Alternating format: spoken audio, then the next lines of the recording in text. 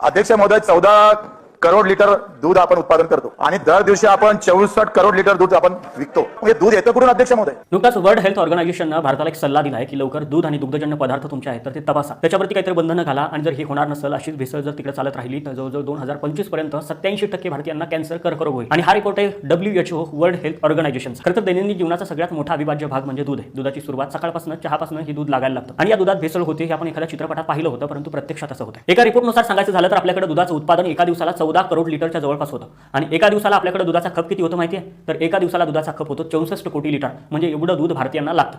मग उरलेलं 50 करोड लिटर दूध कुठून आणलं जातं, काय केलं जातं आणि ते खरंच शुद्ध आहे का, या सगळ्या गोष्टीवरती प्रश्नचिन्ह उभे राहायला लागतात. आता पाठीमागे Mohan Singh Ahluwalia, member of animal welfare of India, त्यांनी एक रिपोर्ट दाखवत सांगितलं होतं. तो रिपोर्ट होता मिनिस्ट्री ऑफ सायन्स अँड टेक्नॉलॉजीचा. तर तो रिपोर्ट दाखवत, तो अहवाल दाखवत त्यांनी सांगितलं होतं की 89.2% उत्पादनामध्ये भेसळ आहे, त्याच्यात काही ना काहीतरी मिक्स आहे. याच्याही पलीकडे मोहन सिंग अहलुवालिया यांनी सांगितलं होतं की 68% दूध आणि दुग्ध